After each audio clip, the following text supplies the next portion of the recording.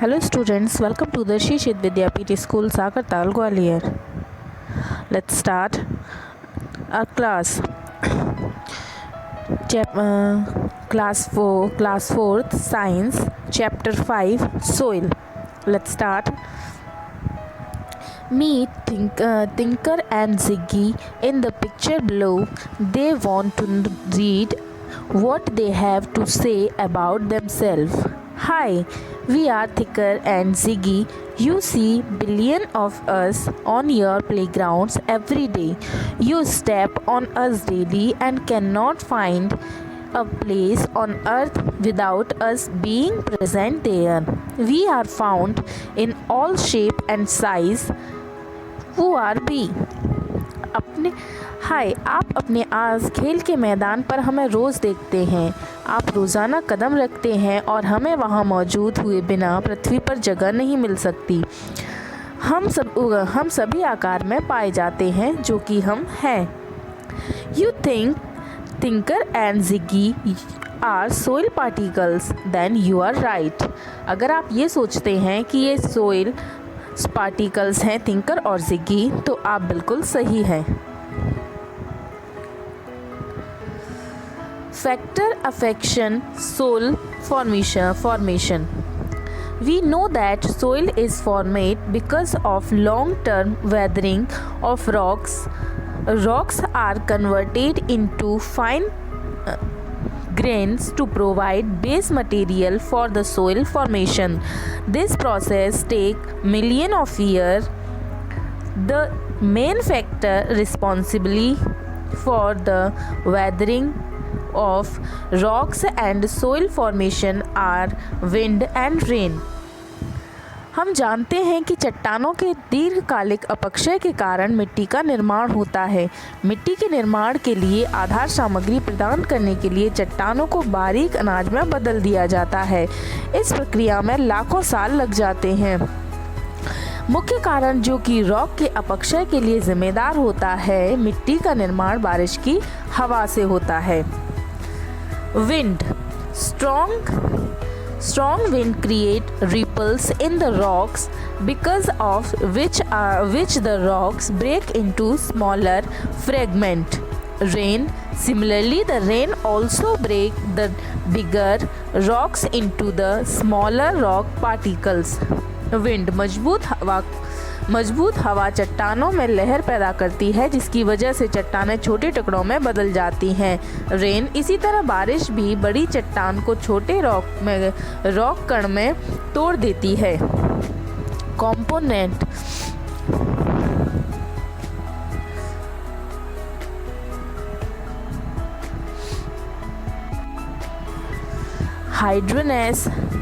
Hardness of rocks.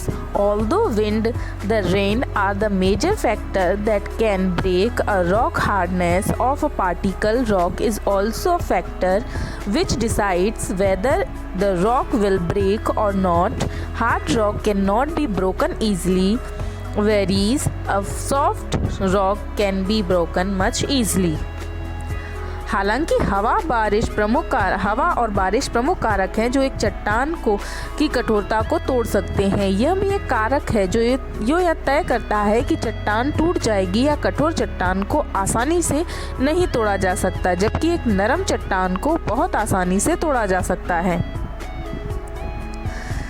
Components of soil. A soil is a porous material which consists of material is organic matter, water, gases and organic matter. Minerals in the soil provide physically support to the plants, while the organic matter contain the nutrients that are essential for the growth of the plants. Water and air are required by all living organisms, including plant for the growth. Silt, clay and sand are the minerals particles which human and other organisms are part of the organic matter. एक मिट्टी एक झरझरा सामग्री है जिसमें खनिज खनिज या अकार्बनिक पदार्थ पानी की गैस होती हैं और मिट्टी में कार्बनिक खनिज पदार्थ को भौतिक सहायता प्रदान करते हैं, जबकि कार्बनिक पदार्थ में पोषक तत्व होते हैं जो पौधे के विकास के लिए आवश्यक होते हैं। पानी और रेत हवा की आवश्यकता होती है। गाद मिट्टी रेत के लिए पौधों सहित सभी जीवित खनिज कण हैं, जबकि मानव और अन्य जीव कार्बनिक पदार्थों का हिस्सा हैं।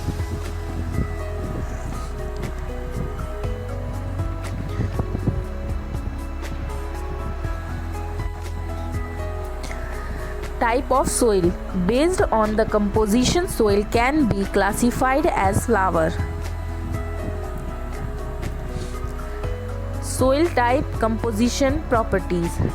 Sandy soil. It has high percentage of minerals but very low percentage of water and organic matter. इसमें खनिजों का प्रतिशत अधिक होता है लेकिन पानी और कार्बनिक पदार्थों को बहुत कम प्रतिशत होता है, 2 to 5%, 2 से 5% तक। Properties. Sandy soil are extremely porous. They have poor water retaining capacity and so allow quick water flow. They are not good for vegetation. Sandy मिट्टी बेहद झरझरा है।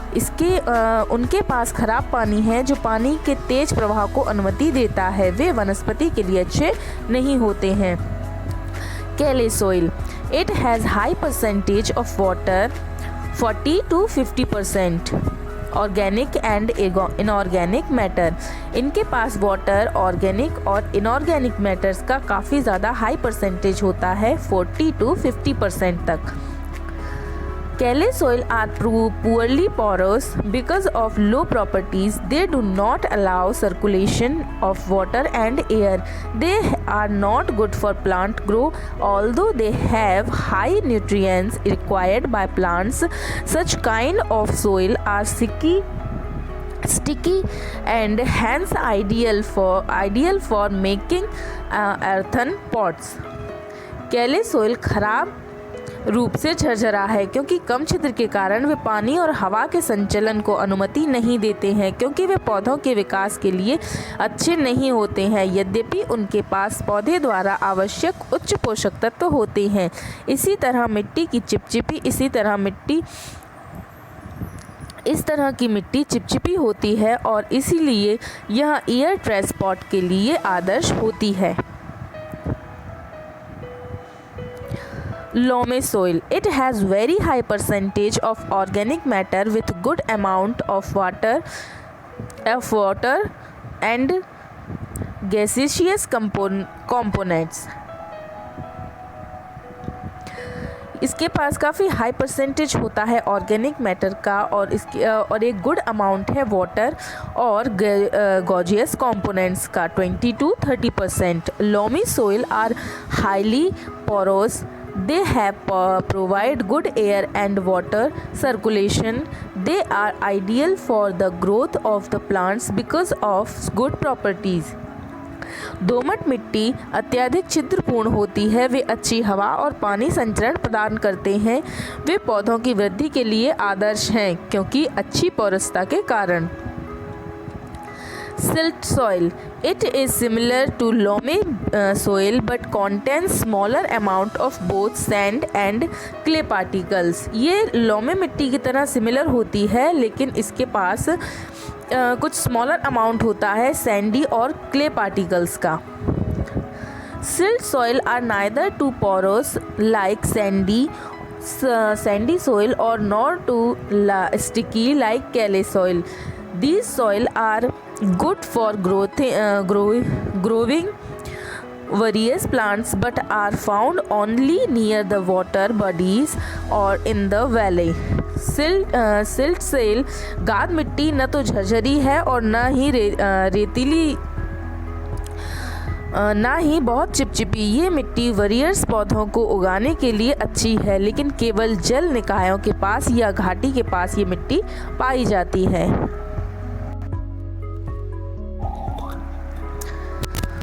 Soil erosion and conservation. Tinker and Ziggy were living happily in Candy's farm until one day it started raining heavily. The rain went on for many days. Thicker and जिंकी candies form में आराम से रह रहे होते हैं, लेकिन एक दिन बारिश स्टार्ट हो जाती है और बहुत तेज़ बारिश होती है जो बहुत दिनों तक चलती है. The grass at Candy's form is too short. We are not able to hide ourselves from the rain. Grass बहुत छोटा है इस कैंडी फॉर्म में और हम अपने आप को इसमें छुपा नहीं सकते हैं. Look, our other friends are also being carried away by the water. देखो हमारे और भी फ्रेंड्स हैं जो वाटर को जिसे वाटर कैरी करके ले जा रहा है, बहा के ले जा रहा है. The water is running very fast. I cannot stop myself from flowing. Water बहुत फास्ट है, बहुत फास्ट बह रहा है, मैं अपने आप को इसमें नहीं रोक पा रहा हूँ बहने से.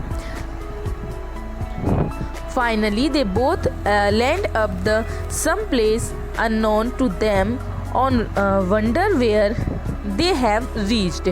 और वो वहाँ पर फाइनली वो एक प्लेस पर रुक जाते हैं और वहाँ पर पहुँचते हैं.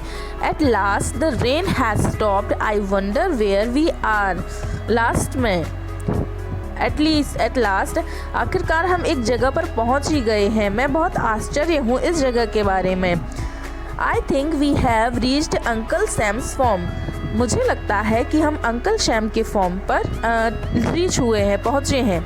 I wonder if this will be our permanent house. मैं बहुत खुश होऊंगा अगर ये हमारा परमानेंट हाउस बन जाए तो.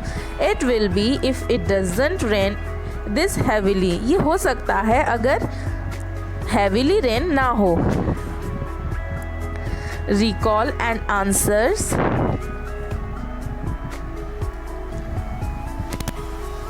Name the type of soil that has very low percentage of water and organic matter. Soil that is ideal for plants growth. Soil that is usually found near the water bodies. Soil that is ideal for making earthen pots. Write two harmful effects of soil erosion. What are the main factors responsible for the weathering of rocks? What is soil erosion? Why should we conserve soil? Sandy soil, loamy soil, silt soil, clay soil. Second, soil erosion can weaken soil's ability to hold water and harm the top soil and vegetation.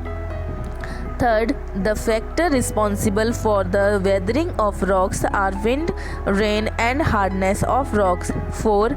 Removal of the top layer of soil due to wind or water is called soil erosion. 5. Refer to the text on page number 286.